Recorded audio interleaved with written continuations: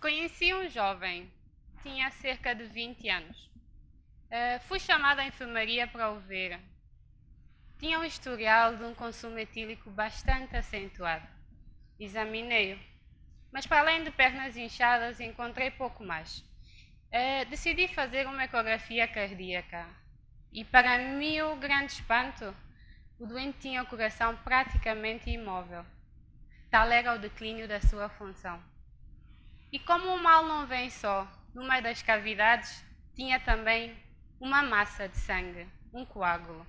Sabia estar perante um doente muito grave. Pontifiquei-me a medicá-lo.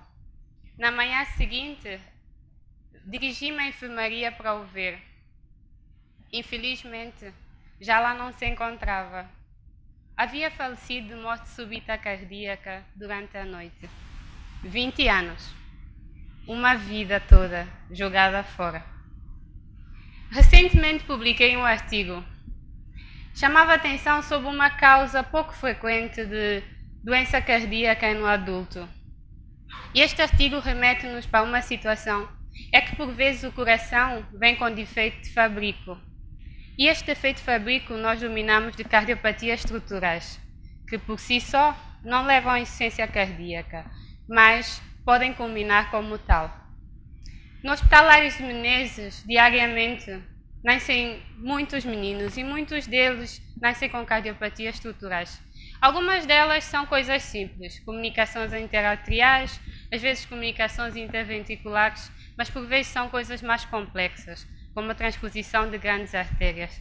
E assim foi que, logo no início das minhas funções em janeiro, fui chamada para a enfermaria da maternidade para ver um recém-nascido que 24 horas após o seu nascimento tinha uma coloração azul. Pontifiquei-me a examiná-lo, mas para além de um pequeno sopro insignificativo, não encontrei mais nada. Foi realizado então o ecocardiograma e documentamos apenas uma comunicação interarterial, uma coisa simples. Mas não satisfeita com o diagnóstico, porque pela coloração da criança sabia que era algo muito grave, voltamos a fazer o exame e decidir entrar em contato com outros colegas por telemedicina. Foi feito então o diagnóstico de uma transposição de grandes artérias e a criança precisava de uma cirurgia urgente. E enquanto aguardava, precisava também de fazer uma medicação. Mas nós não possuímos essa medicação. Começou então o drama. A criança precisava de uma cirurgia urgente, não pode ser feita em Santo Tomé. Tinha que ser evacuada, mas não podia ser evacuada enquanto não chegasse uma confirmação de uma vaga no hospital em Portugal. Foram 4 meses. Entre o desespero de uma mãe que dizia: doutora, por favor, ajuda o meu filho. E eu sentindo-me completamente inútil perante a situação. Não podia fazer nada. Passaram-se 4 meses. Entretanto, chegou a bendita confirmação para a grande viagem. Mas 2 dias antes de poder partir para a viagem, a bomba falhou e a criança faleceu. Isto é o drama que vivo constantemente. São burocracias que custam vidas humanas e que é difícil ultrapassar. É muito difícil. Entretanto, nem tudo são coisas más. Por vezes, acontecem coisas boas. É importante estar focado, fazermos bem o interrogatório, a nossa história clínica, chegar a um diagnóstico e agir em consequência. E assim foi que eu conheci o meu último doente. 48 anos, tinha queixas de falta de ar, inchaço nas pernas, uma clínica típica de insuficiência cardíaca. E tinha um historial de uma hipertensão arterial severa e pouco medicada. Então, começamos por mudar o estilo de vida, praticar algum exercício, mudança na dieta e, passados 3 meses e com a medicação acertada, houve melhoria dos sintomas e também da função cardíaca. O doente sentia-se muito melhor. E assim é que o coração é uma bomba orgânica, revigorante, é apaixonante, é capaz de expelir cerca de 5 a 7 litros de sangue por cada ciclo. Uma máquina. É uma obra-prima quase perfeita, mas esta bomba por vezes falha. E a questão é, por que falha? Falemos de hipertensão. É um assassino silencioso.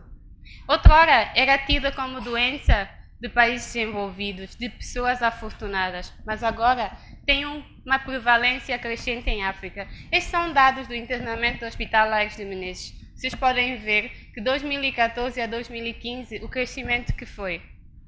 Entretanto, estes dados obtivemos existe um programa de doenças não transmissíveis, doenças crônicas não transmissíveis em São Tomé. E estes são os dados reais que acontecem no nosso país. De 2012 a 2015, isso é a quantidade de pessoas que foram identificadas e há muitas que ficam de fora. Isso é assustador.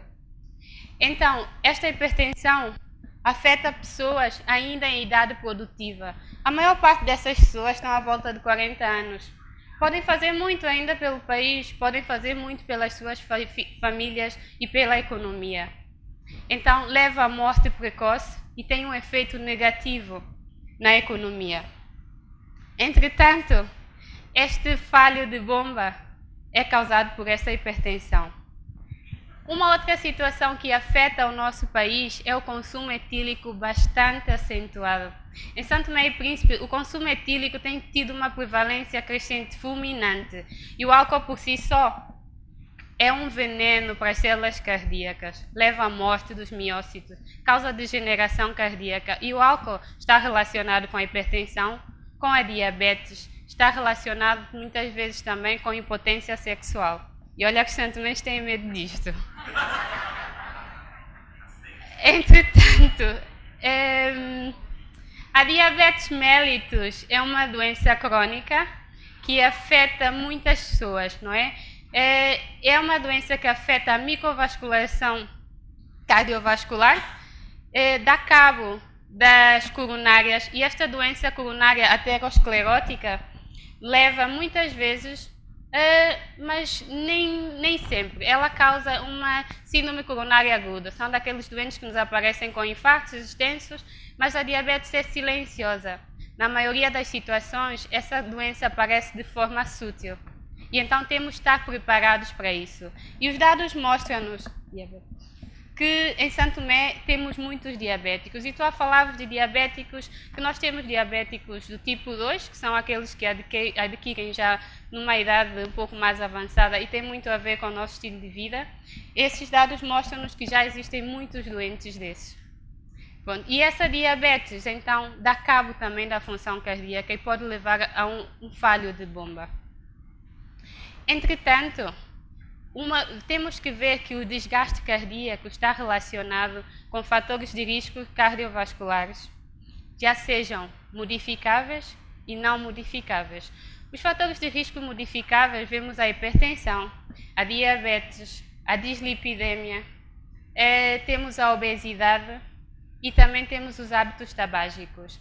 Quanto aos fatores de riscos não modificáveis, é a idade, a carga genética e o sexo. Então, nós temos que mudar aquilo que é possível mudar. E então, temos que começar pela prática de exercício físico frequente, para não dizer diária, e também mudar os nossos hábitos alimentícios. Vejamos, os santomenses gostam de comer bem, uma comida bem condimentada, e esta comida condimentada tem um alto teor de sal, que é um elemento essencial para a hipertensão. E uma comida tão boa não pode ser acompanhada por água. Então, para isto, está o vinho. Cerca de 1 litro diário, para não dizer por refeição, não é? Mas também, olha, estamos num país quente e o calor aperta. Umas cervejas vêm mesmo a calhar. E costuma-se dizer cá em São Tomé que a bebida quente faz bem ao homem. Então, uns cálices, isso então é ótimo. E em tudo isso, nós não podemos avaliar a nossa tensão arterial. Medir tensão demais cria vício. E também não podemos tomar a medicação. Medicamento demais faz mal ao homem. Isto é o que eu ouço no meu dia a dia. E enquanto isto se passa, de repente a tensão arterial aumenta.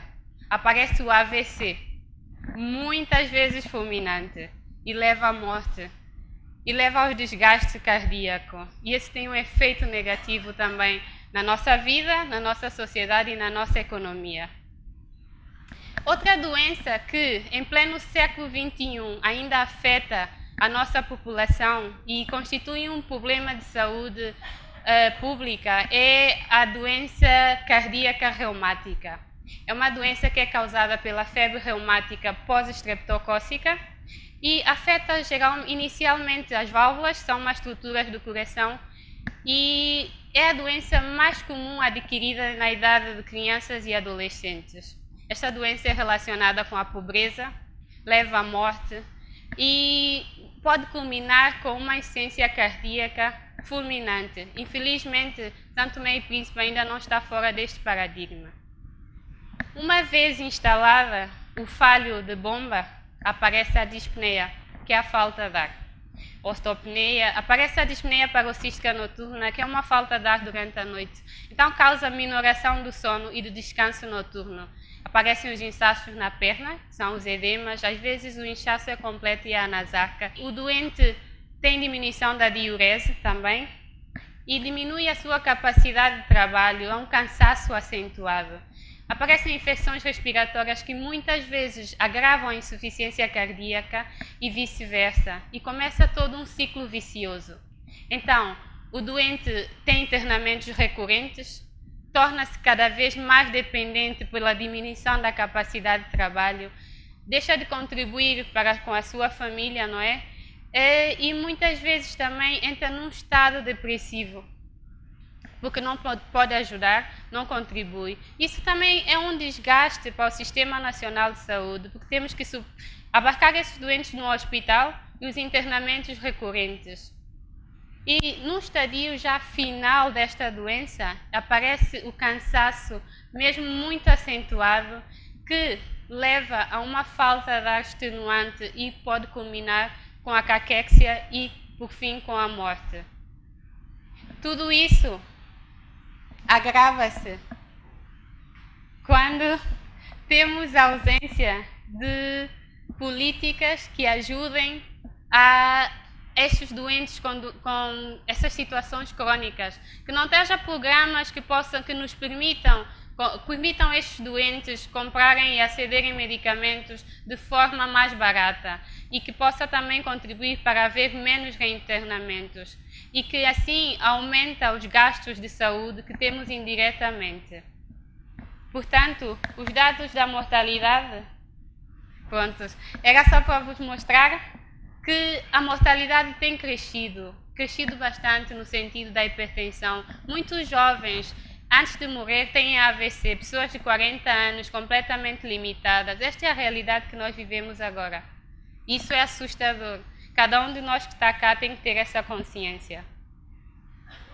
Por isso, para vos dizer, o coração é um órgão importante e temos que cuidar dele. Agora, imaginem que eu vos dissesse que existem cerca de 200 bombas nesta sala. 200. E elas estão prontas a explodir. Olhem, mas não entrem em pânico, porque a bomba de que vos falo é apenas o vosso coração. E se vocês cuidarem bem dele, de certeza há de durar por muito tempo. Obrigada.